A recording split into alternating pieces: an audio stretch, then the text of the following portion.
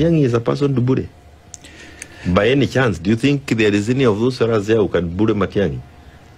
He wasn't bullied when he was in government.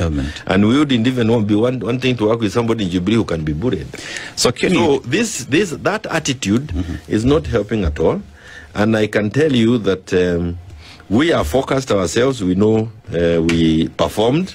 And this is the bit, by the way. Let me tell you where all this is coming from.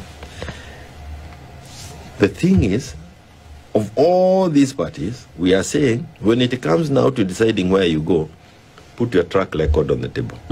As an individual and as a party. Because you can only be elected on a track record.